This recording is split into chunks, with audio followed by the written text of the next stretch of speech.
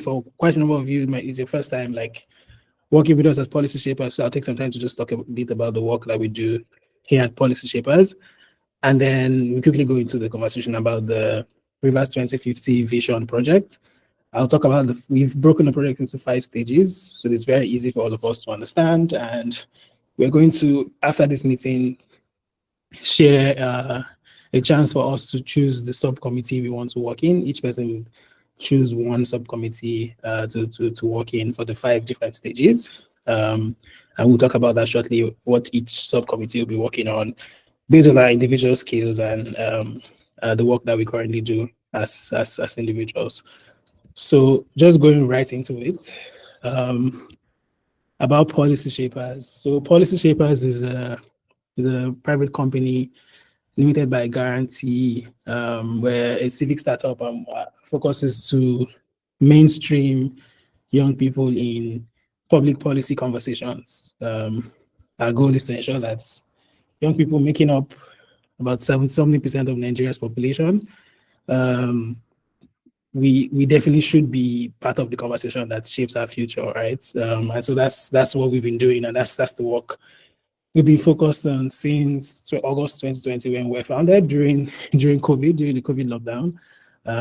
And over the past 5 years, our impact has ranged from fostering policy literacy through our policy Saturday classes, which are all housed on our YouTube, where we get like experts and especially young experts, to come teach things like policy advocacy, how to write op-eds, research for policy writing, team building strategies, etc. All of these are there online, and currently reached over 6,000 people who have been able to go through these courses synchronously and asynchronously as well. We've also, most people might know us a lot more for the work we've done on Reform IELTS. That's our policy advocacy work, which also has a similar task force as well that we put together when we started that campaign in October 2021. And at the time that we started that campaign, so some of you here also on that task force, it seemed like we were pushing against the wall, right? But just the effort of everyone coming together, collecting signatures from over 80,000 people, analyzing over 50 data points, engaging over 15 policymakers, and all of that has now led to over 37 universities and counting, because many more continue to add us without even letting us know. But over 37 universities have now changed their policy, their language policy, ensuring that Anglo-Africans or English-speaking Africans can apply to their university without having to write English proficiency tests. So that's just an example of the impact of our work in policy advocacy. One other thing that we like to think that we're known for, and this is one of the things we think is our mandate, is that we want to build a movement of policy ideas. We want to be able to have citizens hold policymakers accountable by using ideas. So if a citizen can come up with a solution to the problem, what is the policymaker doing? We feel that that's one of the ways to ensure sustainable civic engagements. And we started by doing the Nigeria Policy Hackathon. We did it in 2022 and 2023. The policy hack brings young people from all across the country. The first edition, I think we had over 200 people. And second edition, we had close to 500 young people join from various states, forming teams and competing during the hackathon. And in many ways, we feel like the Rivers 2050 vision also connects to that movement. It's about how can we get citizens to be idea generators, especially young people. And we're also just franchising the policy hack as well this year with Babcock University, working with the university to see how we can get private university students as well to begin to do something around that, thinking of ideation and policy ideation as well. So that's one impact that we've had. And the policy hackathons are also there on our YouTube as well. If you want to check it out, feel free to check it out at Policy Shapers on YouTube. So yeah, so the team, which I humbly lead, made up of 6 people, really amazing people. I'll say we met by chance during COVID. I mean, we knew ourselves in twos, but sort of came together during COVID. when we took part in the policy hackathon that was organized by Harvard online. And yeah, we did something great and just thought to just remain together. And we've gone on over the past 5 years, keeping 9 to 5 jobs and doing doctorate programs and master's programs and scholarship programs everywhere all over the world, and somehow finding a way to ensure that we keep the organization going as well. So we bring all that experience and several affiliations with several organizations around the world that we work with. So we will be this. So this is the team that we're working with us at the task force to sort of like deliver this project. Okay, so that was about Policy Shapers. So if you didn't know about us, that's more about us. There's more information online if you want to check it out. I'll go quickly now into the Rivers 2050 vision. And once I'm done with this section, I'll open up the mic. I want us to have ample time to make thoughts, questions, as much as you want to say. So just be noting down any points or any questions you might have, or any contributions as well as ways you feel we can improve on the project. So Rivers 2050. So long-term planning or long-term visioning is it's not a novel thing, right? Like something that has been existing for a very long time. There's the 2071 plan that the UAE has, which is the 100-year plan. The 1971 to 2071 plan. Qatar has a national vision for 2030. If you come down to Africa, Rwanda has the Kigali Master Plan 2050, where they want to make Kigali the best city in Africa. And you can see that they're already working towards that, trying to bring all the development conferences and all the things down to Kigali. Lagos, in Nigeria, Lagos is the leading state when it comes to development planning and visioning. They finished one of their plans in 2021, I think 2022 to 2052, which is their current plan, the Lagos State Development Plan, is what they're currently working with. And this 30-year plan then gets broken into five years, where they then review every 5 years to see how the plan goes. So so it's not a new thing. And for River State as well, River State had a River State's development plan, which was part of Nigeria's third national development plan from 1975 to 1980. If you go to the state library at Bernard Carr Street, you'll find the documents there. And that plan was launched by the first military governor, that's Commander Alfred J.F. Spieth, who luckily is still alive. One of the people I hope that we can speak to in the course of engaging these, working on this River State 2050 vision. And I mean, this was a 5-year plan, right? So it wasn't really like anything so robust, but sort of like led to quite a number of like infrastructural development, and one of which is the Secretariat building. Some people might not know that building is up to 49 years this year. So that's a 50-year building. And it's almost like it's hard to think of anything that we build off now that can last that long, So if as far back as then, we could, as a state, could be visionary enough to sort of like build something that's grand and that's sustainable, it means that we should be doing better at the stage we're in now. So the 1975 to 1980 plan sort of covered things like social services, schools, hospitals, clean water, and it was quite a basic 5-year plan that built into the National Development Plan. But what we're focused on is not necessarily a development plan. What this project is that it's a vision. It's a visioning project, and I'll explain to you why this is not a plan. So usually, a state visioning project is basically a broad aspirational, sort of like a picture. So think of a vision as a picture, right? It's something that just makes you see. Think of it as a vision board. So like you basically see what you want to be like. You want how you want the year to end. You put a picture of an airplane there, a picture of a house, something, whatever. But something that helps you see what you want to be and what you want to achieve. This is what the state vision booklet is. Because River State actually needs a plan. Since the 1980s, we've had the Port Harcourt Master Plan that's mostly around city expansion and generation, which we really haven't followed. That ended in 2002. But since then, we really haven't had a plan. It's mostly been each administrator comes in or state governor comes in with their own agenda. And that's not a sustainable way to do any kind of development, because this guy could come into office and the next guy from another party comes in and ignores the other guy's project, despite the fact that we spent billions of naira on it. And so what we see this project as is that we hope that by working with you on this project, we would come up with a vision book that would, because visioning is the first stage of the development planning process, right?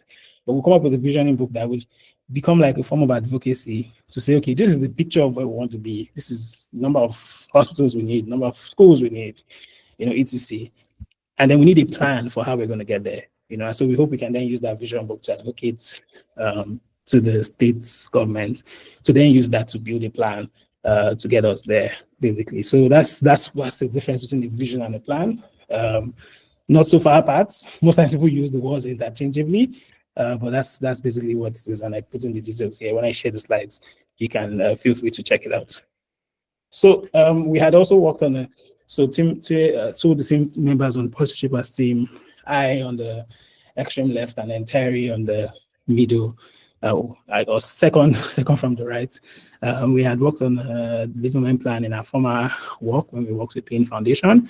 This was the Abia State Long-Term Development Plan. It was the project that we both led on. It's a 30-year plan that was basically done. And the reason why we don't think policy shapers has the resources currently to do a plan is because this project alone costs close to 100 million to sort of bring all the experts together and host all the town hall meetings and move from local government to local government and house people and transport people and logistics and everything. So when I speak about funding towards the end, you'll see how we're trying to be frugal through this process and how we think we can leverage technology as much as possible, because we know we can leverage technology throughout the entire process. So as much as possible, how we think we can leverage technology to sort of like deliver on this vision projects. Okay, so I'll talk about the methodology now. The 5 stages we've broken the project into to make sure that it's not cumbersome. It's easy for us to easily break into subcommittees and address them. And also the timeline, basically, as to how I think we'll be able to work on this within which period. So I've put this together into each of the pages, so we'll talk about this shortly.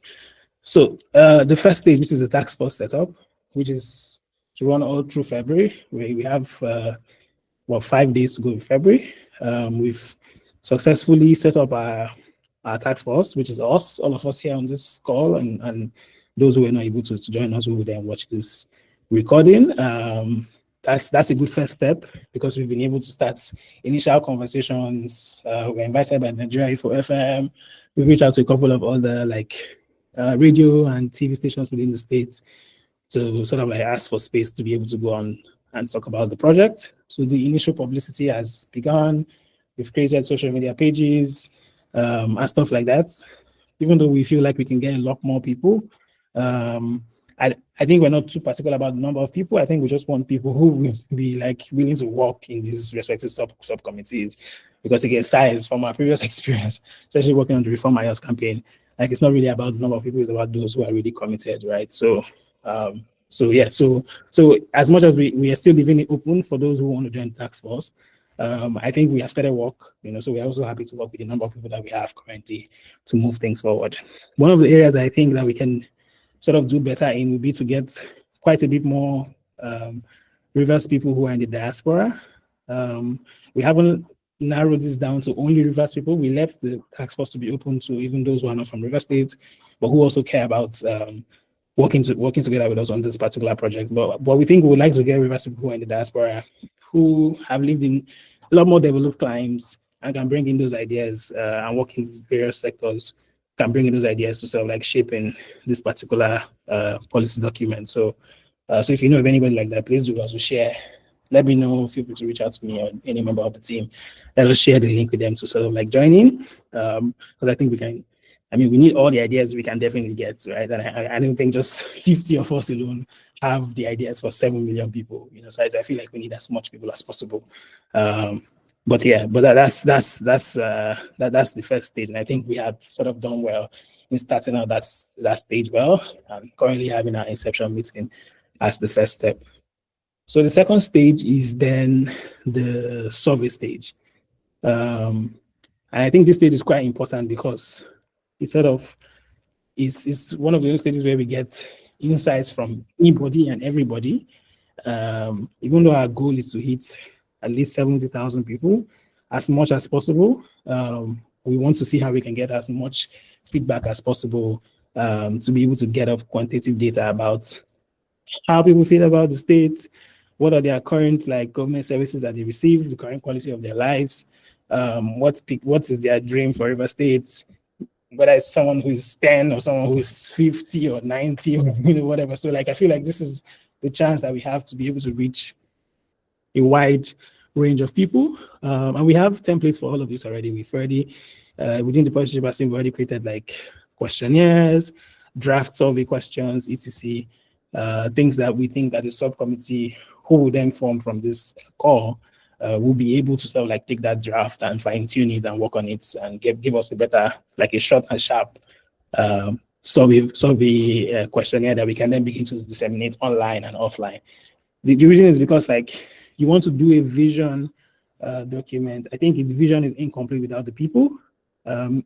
We don't want this to be elitist, where it's just a few people who think that they're the smartest people in River State coming together and writing something up together, without really like asking other people who basically also, whose lives are also shaped by the state and shaped by policies within the state as well.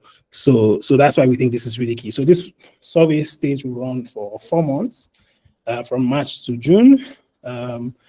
I think that's, I mean, if we use the first 2 weeks of March to sort of like fine tune the several questions, get experts to give us feedback. I think from the 3rd week of March, we can begin to share and begin to get feedback as well. And then we can begin to think of what are the ways we can get offline representation. Wisdom on the call, and we've spoken extensively in the past about getting local government representation, seeing if we can get like LGA reps in the 23 local government areas and have them, think of ways they can do the offline engagements, or if it's possible to also like speak to all of the ethnic groups within schools, especially universities, University of Port Harcourt, to also like share the form within their like WhatsApp groups and things like that. Or we can think of ways we can give incentives, right? But I think there's need for a lot of like, ideation around how we can make sure we can reach the most number of people with this survey. So this is where we get a huge sort of like bulk of perspective as part of this project.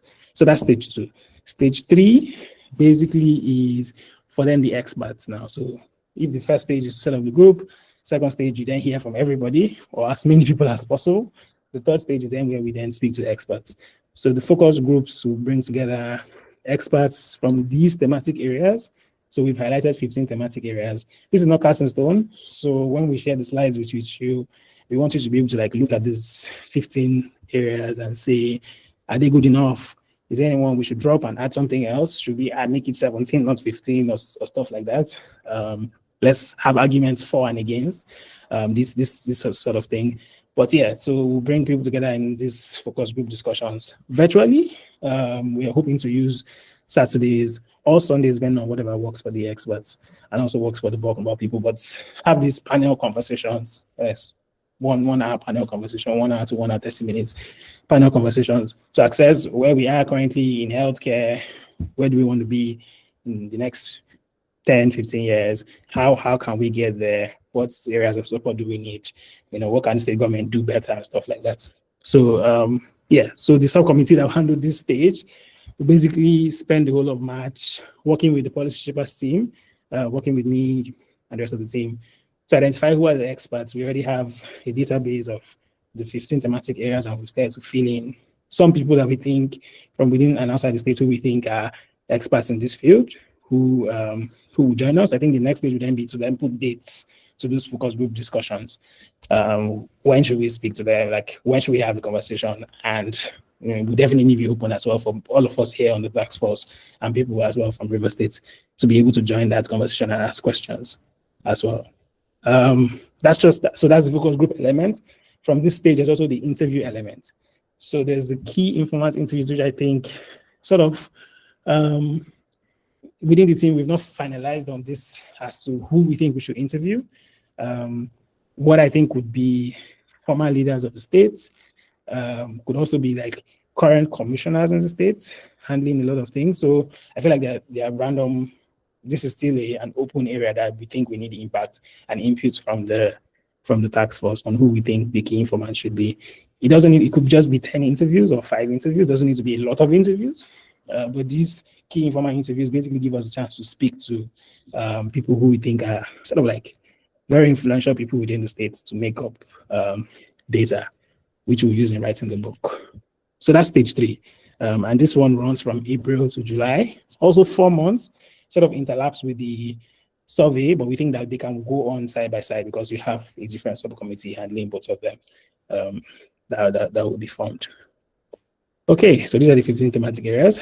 So the 4th stage, the penultimate stage, I think is a very key stage. Once we've put our data together, analyze information from the survey, analyze information from the focus group discussions. That's the committee for focus groups will also like have repertoires for each of the focus groups. So that's like notes will be taken from those conversations and ideas will be listed down.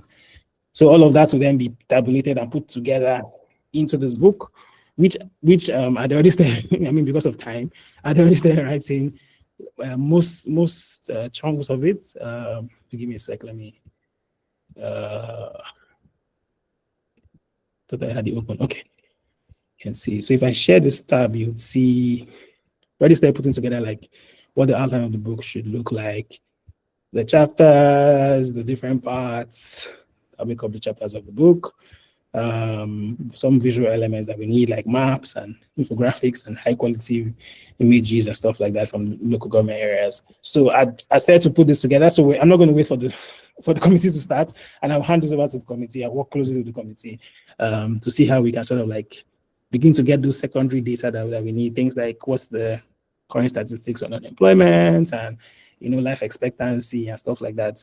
Beginning to put that together from statistics division. And see who we can begin to speak with to get that info together. We're hoping that we can get Chief Alfred Jetta Spieth to write the foreword for the book. Being the last person who sort of came up with a development plan for the state, and basically just getting his insights on like what has happened since then, what he thinks can be done better. I mean, he's seen several generations of leaders, basically. So just hearing his thoughts on what he thinks can be done better and stuff like that. So so we'll basically so work has begun on this, but I think the work from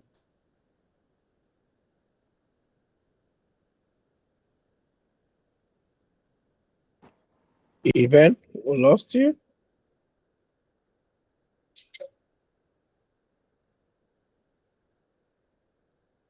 Even if you're speaking, we can't hear you.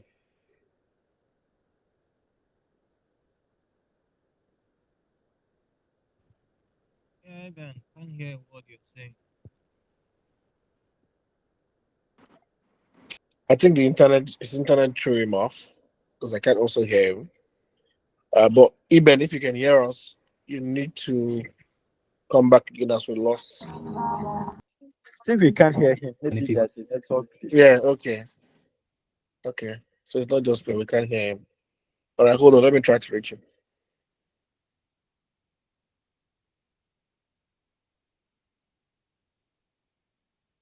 So stage 5, the launching stage. So when we've done all that information put together in the book. Oh, we couldn't Eben, hear you for a while. Eben, hold on. You just came on. Yeah, Oh, you guys couldn't hear me Eben. for a while. Yeah, Yeah. we lost you we will try to reach it. Alfred did his speech, the former governor, to do the forward. That was the last part we all heard before we lost you. Thank you guys so much. Oh, so sorry that you couldn't hear me. Yeah. Okay, so but can you hear me now? Is it still clear? Yeah, it's perfect now. Okay, Perfect. cool. Apologies. Thank you for flagging that. So yes, I was saying we're hoping that we can get Chief Alfred J. Spieth to basically handle the forward for the book, and that this committee, the committee in charge of this stage, would not wait till August before they start their work. Like their work begins now as well, just as all of us start our work for the various stages, and that they'll be getting secondary data information, all the statistical information from River State on unemployment, life expectancy, population, all those kind of things, and writing the preliminary chapters, which had already begun, like I said, with the outline. I saw that Joshua mentioned stage 3. So for stage 3, basically, I was talking about the focus groups. and also the key interviews as well. So just like the survey, this will also go on for 4 months as well. So March will be used to identify the experts, their contact details. We start to write to them. Policy shapers will begin to write to them, to schedule these conversations, so that from April we can begin to host them weekly or bi-weekly, depending on how much time we have, to sort of like deliver that. So that's it. So this will be 2 months. Stage 2 and 3 will be 4 months each. And then the final stage, which I think is launch stage, October 2025, is going to be for 1 month. And the committee in charge of this stage would basically help us think about how do we ensure that we don't spend all our effort and all our time into this project and nobody knows about it. How do we get as much publicity as possible on it?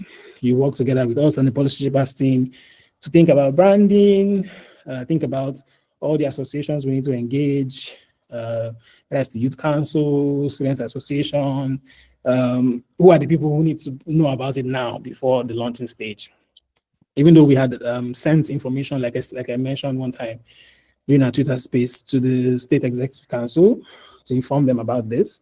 We're still waiting for feelers back from them informally, to hear and say, okay, this is what the governor thinks, or stuff like that. But we hope that this particular committee will handle all of those things related to engagement with the governor, community associations, traditional leaders, who are the people that need to know about it, without putting us at the risk of being political as well. So this is a very sensitive committee, and I'm looking forward to people that have been working in this space to basically help us and lead us in this particular light. I'm thinking we have a launch event. I think there needs to be a launch event. I think it should be a space for current, previous leaders who we invited to come in, and the young people will present these things to them. And so I hope that we'll be able to have the space to, have representatives from our group speak about these things and basically share why we think this vision is important to us as the next generation. So those are the 5 stages. So we've broken this into 5 stages to make it very easy for all of us, and we hope that we'll be able to form 5 subcommittees to handle these 5 stages of the project. So what will happen is, after this call, immediately after, you get an email, you get a message on WhatsApp with a link for you to select the subcommittee you want to work on. We're also thinking of this project will also have a steering committee, which will then work with these 5 subcommittees, and we'll be announcing that in due course. We're still speaking to some people. A few people have said they're going to be, willing to, because that committee is a very, very busy committee to be ensuring that everyone is being able to follow up on their deeds. So we'll share that, not on this meeting, but on subsequent meetings, inform you of that subcommittee. But yeah, just for now, we'll all just like break ourselves into these various 5 subcommittees to decide on how we move the project forward. So just to wrap up quickly before I open up for thoughts, questions, comments, I can see a few of them in the chat already. So risk and mitigation, we know that River State is a very highly political state, especially politically fragmented state at the moment.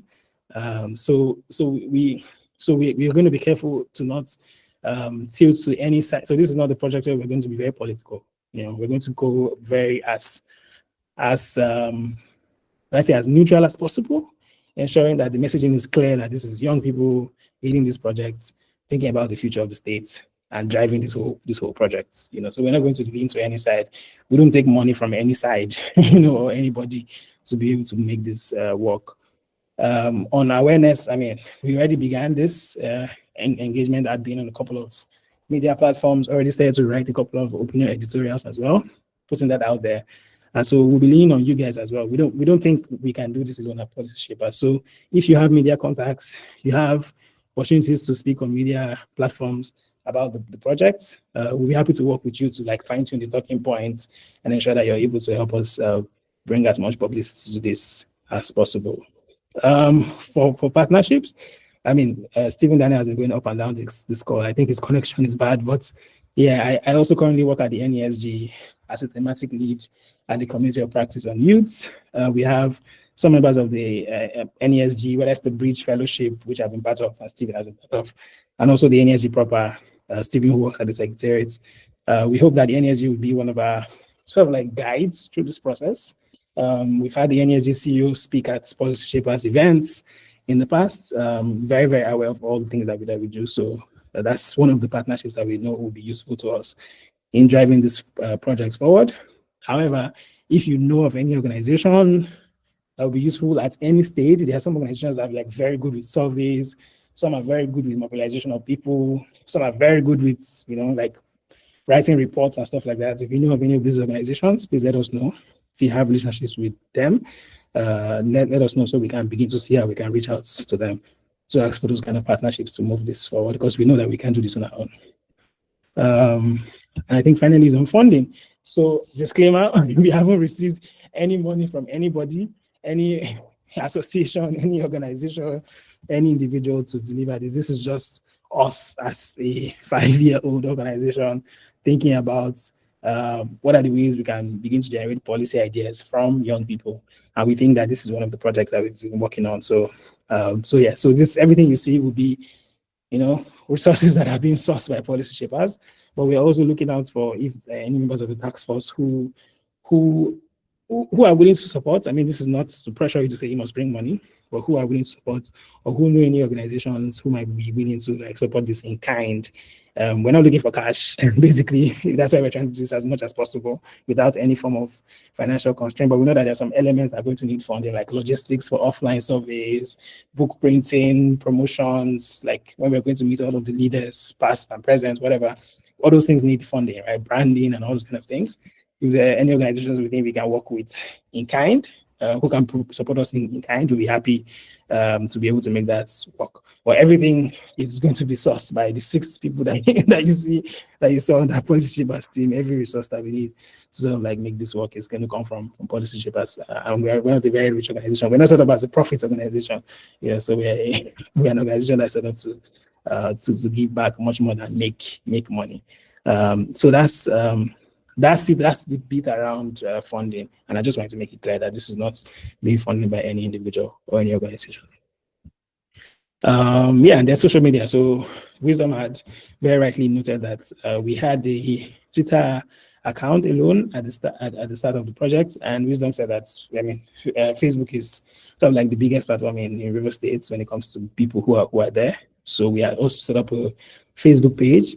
If you think we need to do an Instagram page, we can do that as well. But please just use this link when I share the slides to just like promote it. I think we need more people to know about what is happening. If you know of any like influencers that can help us as well share, please also let us know as well. Okay, so finally, next steps. Next steps will be first, any questions or thoughts you have, feel free to open the mic now for people to begin to contribute one after the other. The second next step is that we need each of us with the next 6 or 7 days to take some time to look at the respective stages and see what stage you'll be able to contribute well in. We're keeping it to 1 stage per person so that everybody has the time, because we know everybody has their lives and responsibilities. We're keeping this to 1 stage per person so you have the time to sort of like know what you want to work on and have the time to contribute to that particular stage. So we'll share that form via email and social media and WhatsApp, so you can check that out. And then the final step is that we hope you can tell someone about the project, especially, like I said, those of us that we know who are in diaspora. I'm care about diaspora because I feel like there's so much resources in diaspora, maybe not in financial resources, but like ideas and knowledge and experiential knowledge that I think that they can share. So please do also share that as well, so we can see how to get them to come on board on this project. Okay, so enough of my voice rambling, my internet breaking. At this stage, I'll open up the mic. You can see Wisdom has raised his hand. Please feel free to raise your hand. We'll do this for another 30 minutes, 40 minutes before we wrap up. So over to you, Wisdom. All right, thanks, Eben. This is a fantastic setup, and I think I like that you took a lot of the feedbacks we had from the Twitter live session.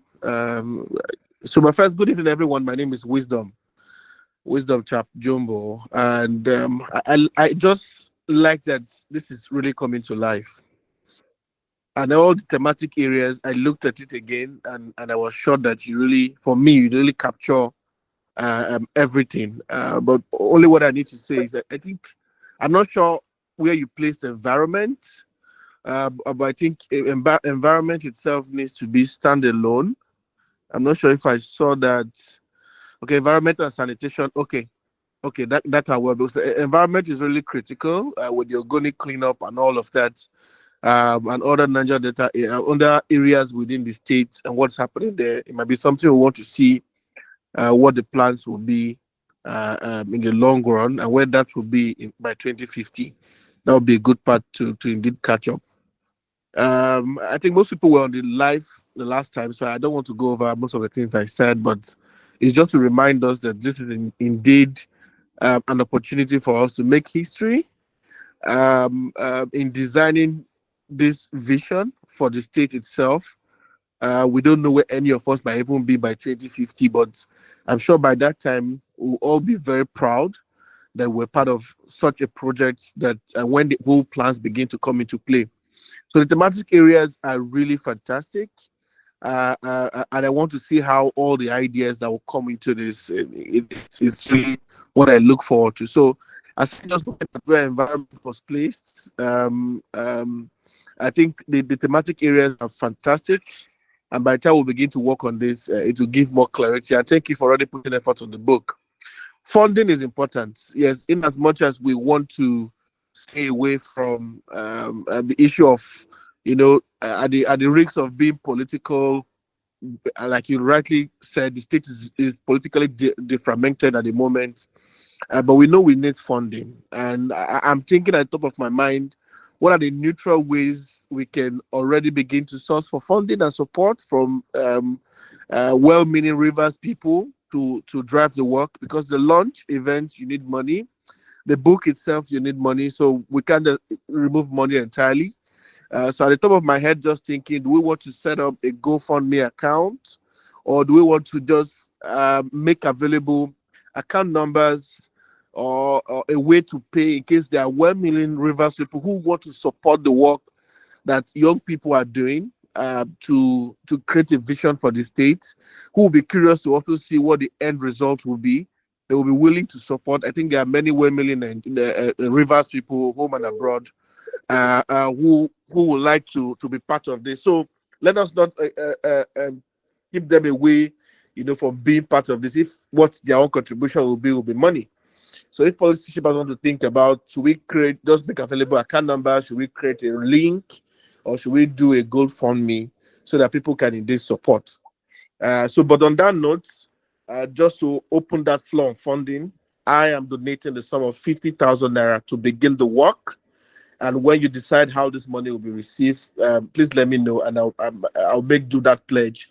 Just that to be in the pause for us to begin to work on the go. So that is my own contribution to this. But I believe there are many other 1 million Nigerians and Rivers people who want to also support just like me, aside being part of the work. So so my own pledge. I'm pledging the sum of 50,000 naira to begin this work. And so thank you so much, Eben and the team. And this is something that I'm excited to be part of. Thank you. Thank you so much, Wisdom. I mean, I like how you you put action to your words. So thank you so much for your pledge. That is well noted. And yes, I agree with you that yes, we definitely need to think around a way where we can find alternative means of raising funds for this from Rivers people and well-meaning people who want to support within the task force and outside of the task force. So thank you for taking the lead on this. Promise, I saw your hand. Do you want to go next? And then anyone who wants to go after that, just feel free to raise your hand. There's a raise hand option there, or put in the chat. Not really, it was an error. So sorry, I'm a transit. Okay. All right. Thank you so much, Promise. Okay. Anybody else? After Wisdom, you want to react to the point he made, or you have a question, or feedback? Feel free to raise that at this point. Okay, let me just make a little comment and observation. Okay, sure. I mean, like the thematic areas you were mentioning, I think environment should be a standalone. Looking at the fact that there is going to soon be a University of Environment and many of the environmental advisors shouldn't be environment and sanitation, it should be the environment itself. Just a simple suggestion, please. I don't know if that goes well with others. Yes. I think it does. I think that was also the point that Wisdom made. It was an error to have a housing environment and urban planning. So I've taken that out there. I agree with you that environment should be standalone. In fact, it could just be environment without sanitation added. And within the chapter, we talk about sanitation as well as was one of the issues. So yes, I agree with you 100%. This is a standalone issue, knowing the peculiarity of our states. Yeah. Thanks, Promise. I think I saw a couple of things in the chat. Let me just quickly respond to them. Tony had mentioned next year. Yes, actually, quite a number. Okay, Tony, I can see your hand. Quite a number of people who had worked at next year had also worked with us on like policy hackathon and stuff, and we're also like in conversation with next year. So yes, please, we would love to engage them as one of the people who, if they are willing to work with us on this project. But go on, Tanya. Go on. I can see your hand was up. I'd like to hear your voice. Hello, Ebenezar. Can you hear me? Yes, I can hear you. Go on. All right. Good evening. Good evening to everyone. My name is Tony McClint. I am a research fellow at the Institute for Peace and Conflict Resolution, and I'm also associate research fellow at the Conflict Research Network, Con West Africa.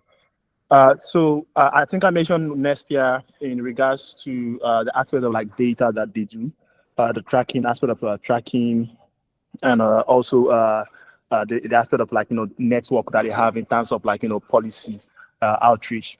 But I also think that in terms of supporting the work, we can also try to reach out to them, especially with the fact that it's a policy work. Try to reach out to them, sell the idea to them, and see how they can key into it and support either by giving us access to their data, because their data is not open data. Either by giving us access to the open data, or how we can be able to access any kind of information that we enrich the work in regards to that. I think that's for that.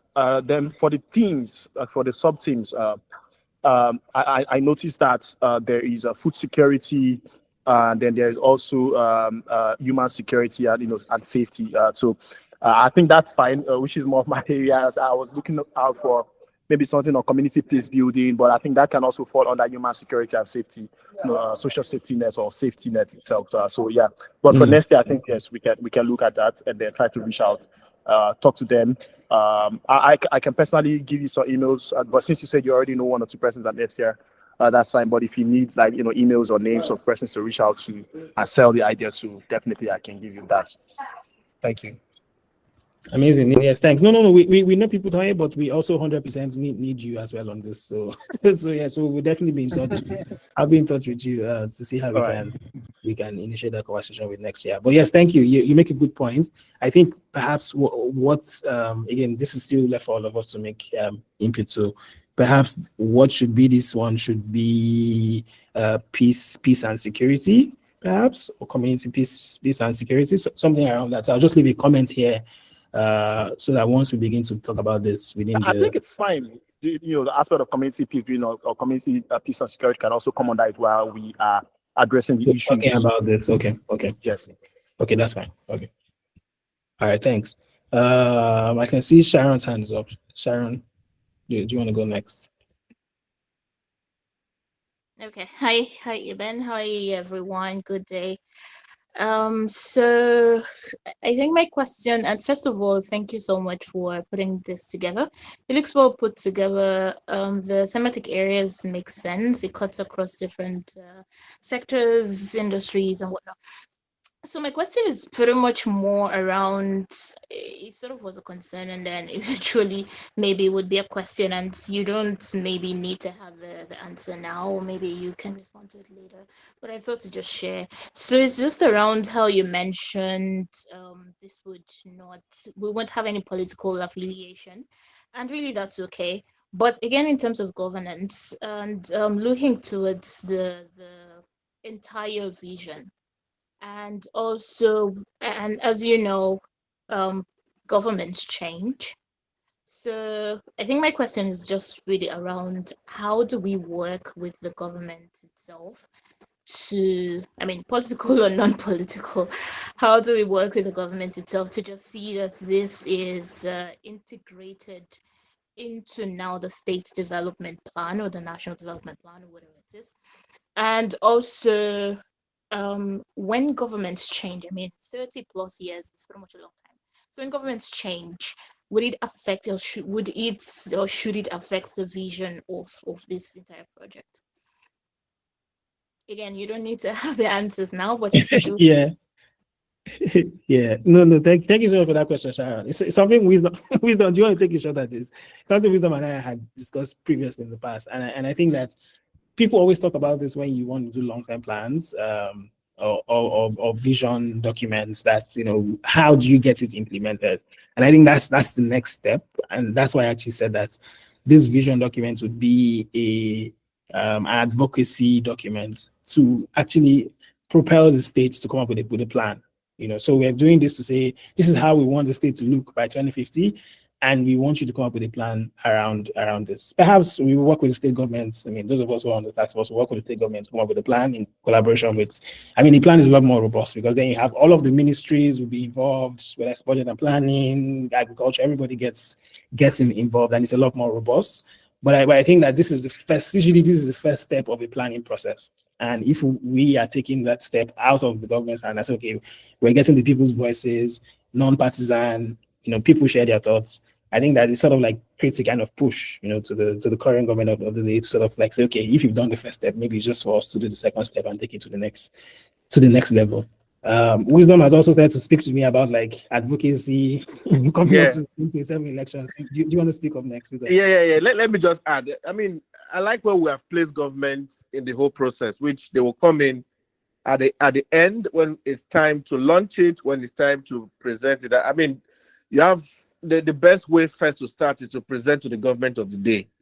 But between now and 2050, what we should see happening is as different leaders come to take charge of the state, there is something, a vision that they can look at and begin to make plans of from rather.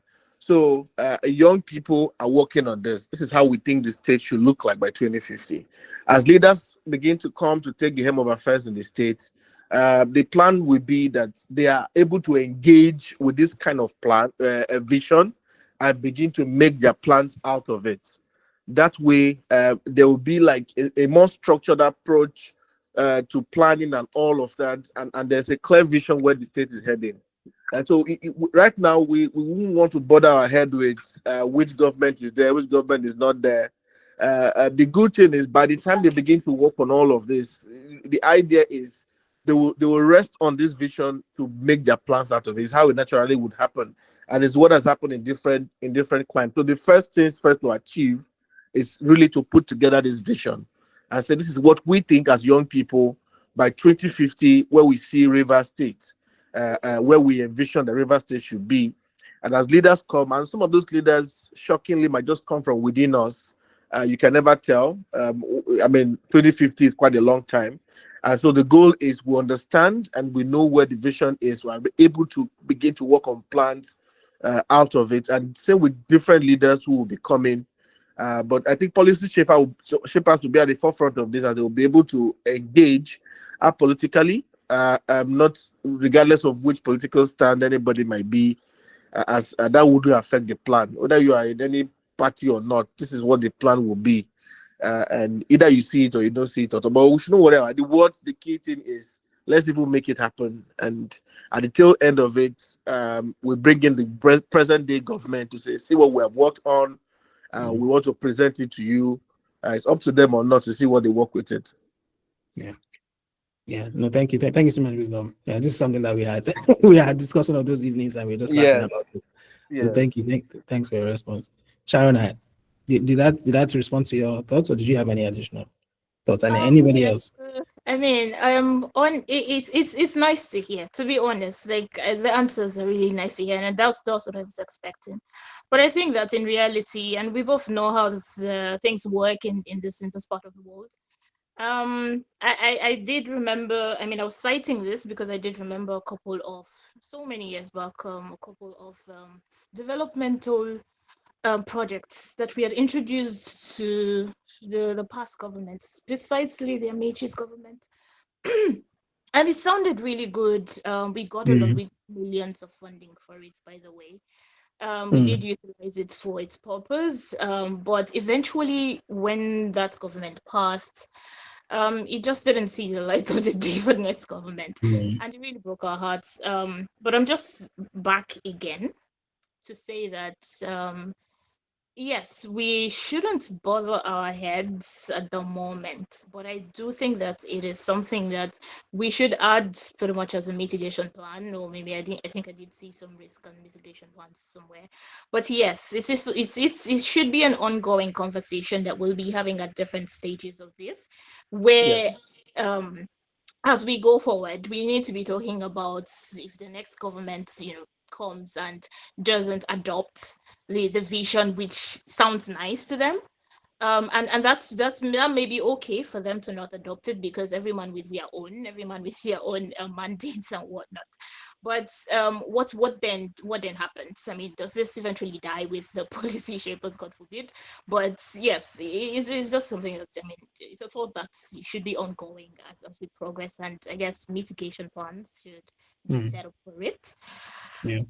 I think maybe just to chip this in quickly, around accountability and tracking. I don't know if that was specifically mentioned. I think you talked about some other group of people who maybe would be responsible for that, but maybe you can shed some light.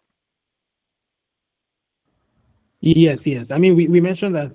So that's, you mean accountability around tracking the work of the various subcommittees, right? Is that what you asked? Yeah. So we're going to have a steering committee, which some of you are going to be members of the steering committee. We're going to have an option open for those who want to commit to that, because that will be a lot of responsibility. So for those who have the time, we'll have members who will be steering the work of the various committees, the various subcommittees. But I think the first step is, let's all just first show our interest into the various committees that we want to work on based on the various stages. One person to one committee, so that we all have enough time to sort of like give our time to that work. Yeah.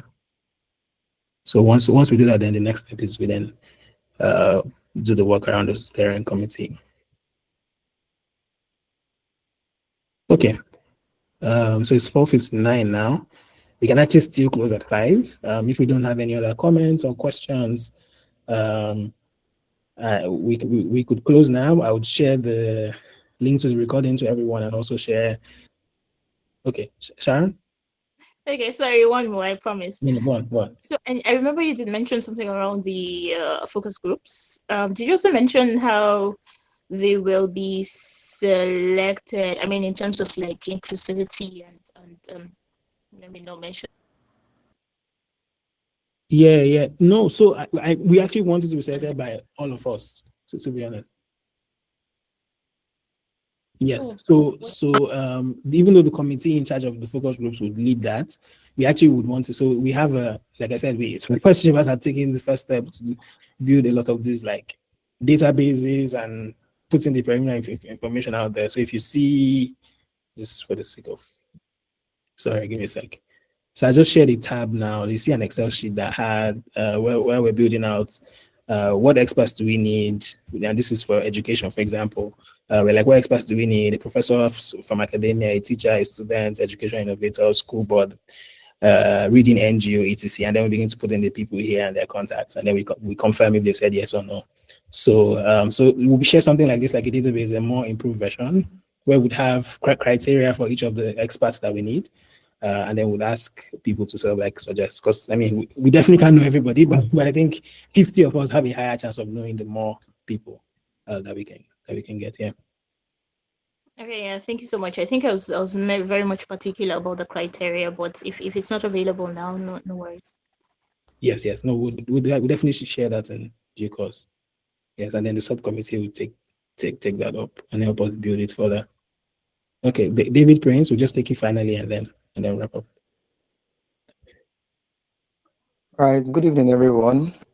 Well done, Eben and the policy shapers, for this great idea, this great vision. I love the idea of having representation from various local government areas. So I want to ask, regards the survey, is there plan or modalities in place to have respondents from the 23 local government areas of River State, or we are just looking at Falga or Obiakpo local governments? So that's my concern on my question. Yeah, no, thanks, David. That's a very good concern. To be honest, that's a concern we also have, and that's why we had the idea for. I mean, Wisdom has shared that this is a good idea to begin to think about having local government reps, as that could be one of the ways to begin to push things forward. So yeah, I'm not going to say that the committee in charge of that will handle it. We're all going to think on this together. I think LG reps is one of the things, but if there's any other way, I know how like university students have their ethnic groups, so that could also be one of the ways as well. Maybe ethnic groups could be one of the things we begin to leverage and stuff like that. So I think it's something we should all begin to think about and sort of figure out the way around it. But yeah, that's a conversation that we're having, because if it's only FAGA, then it's a FAGA plan. It's a FAGA vision. It should be, it's a state vision. So it should be everybody, all local, as much as possible. All 23 local government areas, people from those local government areas need to have their thoughts put into that. And that's why we're trying to survey about 50K to 70K people. Yeah. Yes, campus ethnic groups. Yes. Yes, okay. Okay, thanks everyone. So we're 3 minutes over time, but yeah, thank you so much for joining. This is a Sunday evening when anybody's resting, but I'm happy that we're able to give our time to this. So action point from our end, we'll send you a link for you to select the subcommittee you want to work on.